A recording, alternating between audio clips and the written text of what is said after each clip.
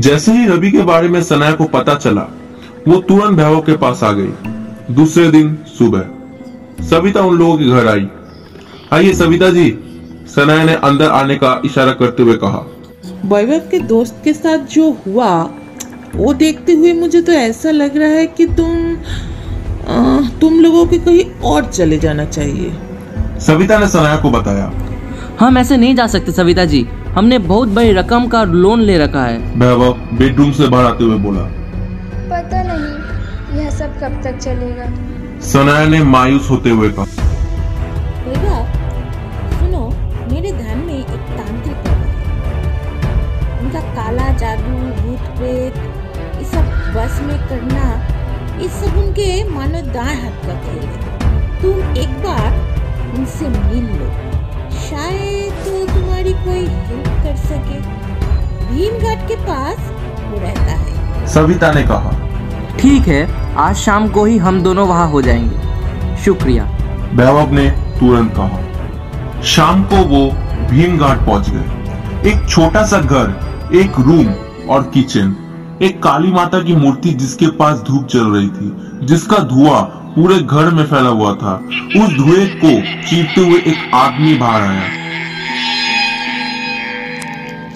किसको मिलना है? आदमी ने पूछा। जी, वो हमें तांत्रिक बाबा से मिलना है। वैभव ने कहा।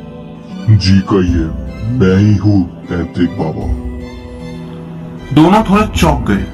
हर तांत्रिक काला कुर्ता, गले में माला और हाथ में ढेर सारी अंगूठियां नहीं पहनता मिस्टर। तांत्रिक बाबा ने हंसते हुए कहा। फिर दोनों ने वक्त ना गवाते हुए सारी बातें बता दी। तांत्रिक बाबा कुछ सोचने लगा। थोड़ा सोचने के बाद बोला। कल अमावस है, कल उसकी ताकत 2 गुनी हो जाएगी। हो सकता है वो तुम लोगों पर हमला भी कर दे। हमें जो करना है कल ही करना पड़ेगा। हमें आपके घर में उसकी मुक्ति के लिए यज्ञ करना पड़ेगा, वो भी रात को। कल मैं रात को 11 बजे आ जाऊंगा। तांत्रिक बाबा ने 4 नींबू लिए जो मूर्ति के पास थे। उस पे कुंक लगा हुआ था। उसने कुछ मंत्र फूका और वैभव को दे दिए और कहा, इन नींबुओं को चारों दिशाओं में रख देना और एक बार रखने के बाद इसे वहां से हटाना नहीं। वैभव ने हाथ से सर हिलाया और वो दोनों वहां से चले गए।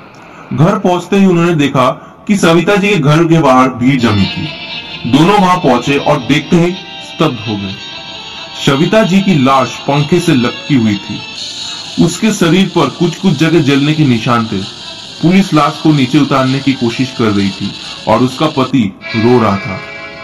दोनों ये देखकर हैरान रह गए थे। उन्हें यकीन हो गया था कि तांत्रिक की बात सविता जी बताई, उसी का बदला लिया सल्ला ने।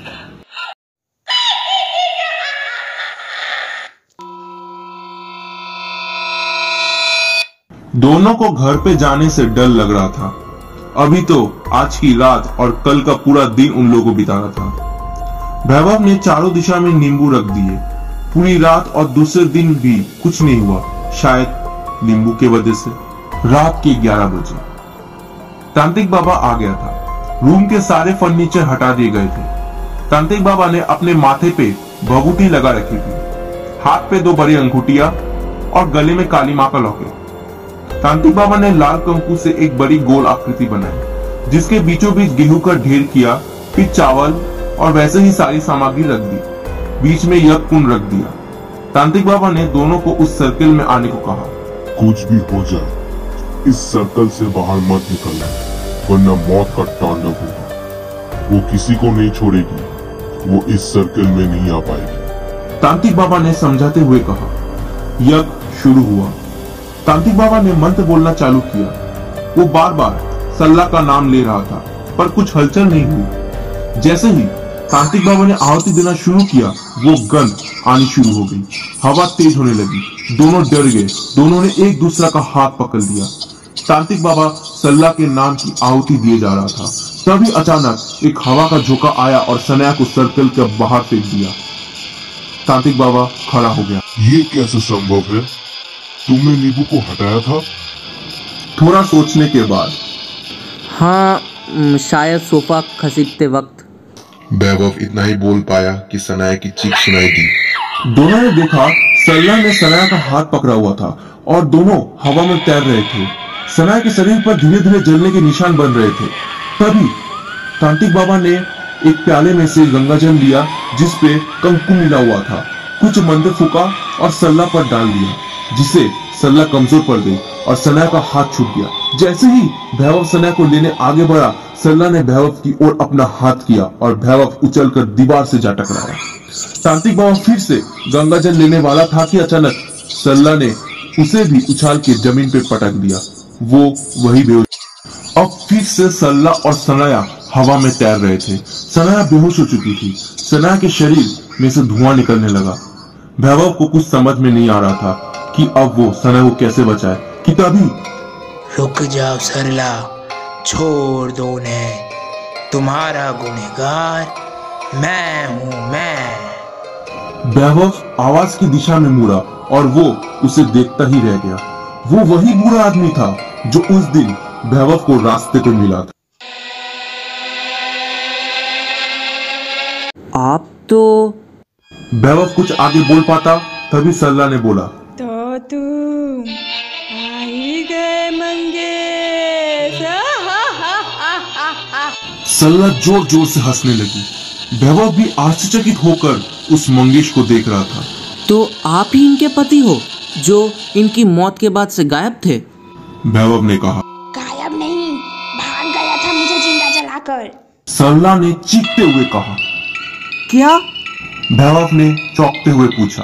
सल्ला ने सनाया का हाथ छोड़ दिया था और वो अब बेहोश पड़ी थी। उस दिन वो काफी शराब पीकर घर आया था। बेटी को तो मैं पहले से ही खो चुकी थी। इतना कर्जा भर गया था कि लोग रोज हमसे पैसे मांगने आने लगे और यह बचे हुए पैसों से शराब पीते थे। बात तब बढ़ गई जब शराब के नशे में मुझे मारने लगे। उस दिन भी ये मुझे मार रहे थे, तभी गुस्से में आकर मैंने भी एक चटाक दे मारा। इनसे यह बर्दाश्त नहीं हुआ और इसने मुझे शराब छिड़क कर मुझे जिंदा जला दिया और भाग गया। लोगों को ऐसा लगा कि मैंने बेटी के गम में आत्महत्या की। इसके बाद जो भी यहाँ रहने आया मैंने सबको मार दिया। ये घर मेरा है, मैं सबको मार दूंगी, वैसे ही जैसे सविता को मारा जिसने मुझे मारने के लिए तुम लोगों को इस तांत्रिक के पास भेजा। बहुत अच्छी दोस्त थी वो मेरी। और फिर सल्ला गुस्से से मंगेश की ओर देखने लगी। उसके गुस्से की वजह से उसके शरीर में से धुआं निकलने लगा, जिसकी गर्माहट वैभव साफ महसूस कर सकता था। मंगेश कुछ बोले उससे पहले ही सल्ला बड़ी तेजी से उसकी ओर लपकी और एक झटके में मंगेश के आर पार चली गई। बहुत सारी हड्डियां टूटने की आवाज एक साथ आई और मंगेश वही दर्दशाही हो गया। उसके शरीर में से भी धुआं निकलने लगा और धीरे धीरे वो हवा में ओझल हो गया। फिर सल्ला गुस्से से सनाया की ओर बढ़ी। प्लीज छोड़ दो हमें, अब तो तुम्हारा बदला भी पूरा हो गया है, चली जाओ यहाँ से। वैभव ने हाथ जोड़ते हुए कहा। नहीं, ये घर मेरा है। जो भी यहाँ आएगा मैं उसे मार दूंगी, कोई नहीं बचेगा। सल्ला जोर जोर से हंसने लगी। तभी तांत्रिक बाबा की आंखें खुली। उसने गंगाजल वाला प्याला लिया, उसमें मंत्र फूका और पूरे का पूरा प्याला सल्ला पर डाल दिया। अब हंसने की गूंज चीख में बदल गई थी। एक तेज प्रकाश निकला, इतना तेज कि दोनों की आंखें बंद हो गई। थोड़ी देर बाद जब शांत हो गया, दोनों ने आंखें खोली। सल्ला चली गई थी। हा हा हा, उसे मुक्ति मिल गई। तांत्रिक बाबा ने काली माँ के पैंडल को चूमते हुए कहा। सनाया को भी होश आ गया। उसके शरीर पे जो जलने के निशान थे वो भी धीरे धीरे गायब हो गए। सब ठीक हो गया, अब ये घर सिर्फ हमारा है। वैभव ने सनाया को गले लगाते हुए कहा। सविता जी, रवि और जितने भी लोगों को सल्ला ने मारा था, उन सभी की आत्मा की शांति के लिए दोनों ने बड़ा यज्ञ करवाया। कुछ साल बाद दोनों को एक बेटी हुई जिसका नाम उन्होंने सविता रखा। शराब की वजह से हमारे देश में ना जाने कितनों के घर बिखर जाते हैं, कितनों के संबंध टूट जाते हैं। पता नहीं जिस चीज शराब पर मौत लिखी है, लोग उसके इतने दीवाने क्यों हैं? हमें कमेंट करके जरूर बताइए। मेरी कहानी को इतना प्यार देने के लिए आप सभी का धन्यवाद। आपसे जल्द मुलाकात होगी नई कहानियों के साथ। अगर आपको हमारी वीडियो पसंद आई तो लाइक कीजिए, सब्सक्राइब कीजिए और हाँ, बेल आइकन दबाना मत भूलिएगा।